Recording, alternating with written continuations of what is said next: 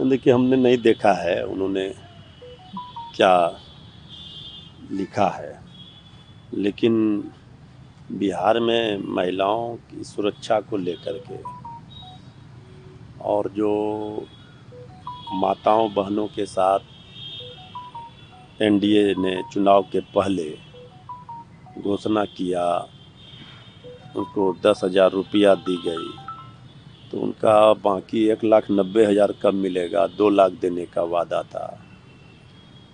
तो महिला सशक्तिकरण को लेकर के अगर उन्होंने कुछ बात कही है तो वाजिब बात है।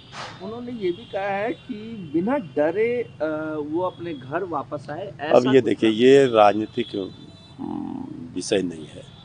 अब ये घर के लोग ही इस पर कोई जवाब देंगे, बाकी चीज़ों को देखें।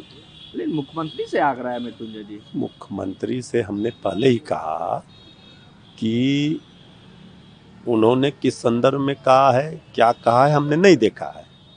लेकिन जहाँ तक बिहार की माताओं बहनों का सवाल है, जो सरकार ने चुनाव के समय घोषणा किया, दावे किए गए, सिर्फ 10,000 तक सीमित ना हो, 1,90,000 देने की सरकार व्यवस्था कब कर रही है, ये बताना चाहिए सरकार को, उस पर ध्यान रखना चाहिए। अभय कुशवाहा ने कहा है कि 36 वर्ष के युवा को हराने के लिए पूरा तंत्र मंत्र मशीनरी मैनेजमेंट तक लगा दिया गया बिहार चुनाव में। ये तो ठीक ही, तो सब लोग कह रहे हैं कि एक हेलीकॉप्टर पर 36 हेलीकॉप्टर आया, कई राज्यों के माननीय मुख्यमंत्री आए, देश के आदरणीय प्रधानमंत्री जी हों, आदरणीय गृह मंत्री जी हों, सारे देश के कैबिनेट मंत्री हों, पूरा तंत्र लगा दिया गया, तो लोकतंत्र कैसे बचेगा?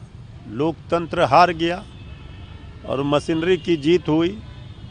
ये तो सब लोग कह रहे हैं। आज देश में हर व्यक्ति के जुबान पर यह चर्चा है कि आखिर बिहार का चुनाव परिणाम इस तरह चौंकाने वाला कैसे आया।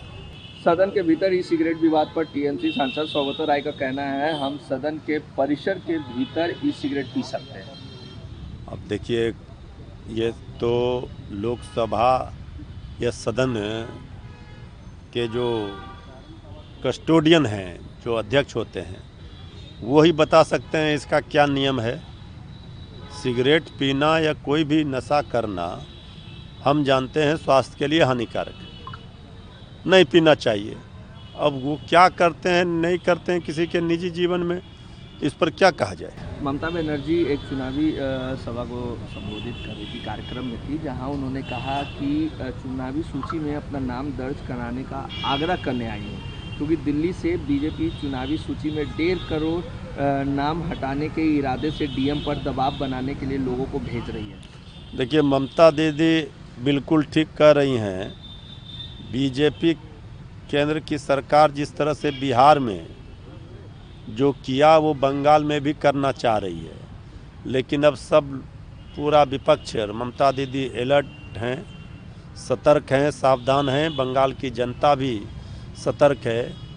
अब वहाँ बंगाल में इनकी दाल बीजेपी की नहीं गलने वाली है। अब कोई मशीनरी से वो बंगाल चुनाव नहीं जीत पाएंगे। पश्चिम बंगाल में एसआईआर प्रक्रिया पर उन्होंने कहा है कि कई लोग अपने दादा और दादी के नाम जमा किए थे, उन्हें सुनवाई के लिए बुलाया जाएगा और उनके नाम काट दिए जाएंगे। प्रत्येक डीएम की निगरानी में एक बीजेपी नेता द्वारा की जाएगी। आप क्या सोचते हैं कि आप कौन हैं? आप डीएम, बीडीओ और बीएलओ को कैसे डरा सकते हैं? सभी एजेंसियां बीजेपी की ओर से काम कर रही है, बिना ये समझे कि बीजेपी हमेशा सत्ता में नहीं रही। आपको तब तक इंतजार करने की ज़रूरत नहीं है। 2029 में बीजेपी अपना कार्यकाल पूरा नहीं कर पाएगी। देखिए, बात तो ठीक ही कहा जा रहा है। बीजेपी के अंदर भारी आक्रोश है, चाहे सांसदों में हो, चाहे उनके। अभी तो बीजेपी अपना राष्ट्रीय अध्यक्ष नहीं बना पा रही। कई बार कयास लगाए गए लेकिन नहीं। ये अंदरूनी बीजेपी में किस तरह से आक्रोश है लोगों में, हिटलरशाही तानाशाही के खिलाफ, मनमानी के खिलाफ, ये दिख रहा है।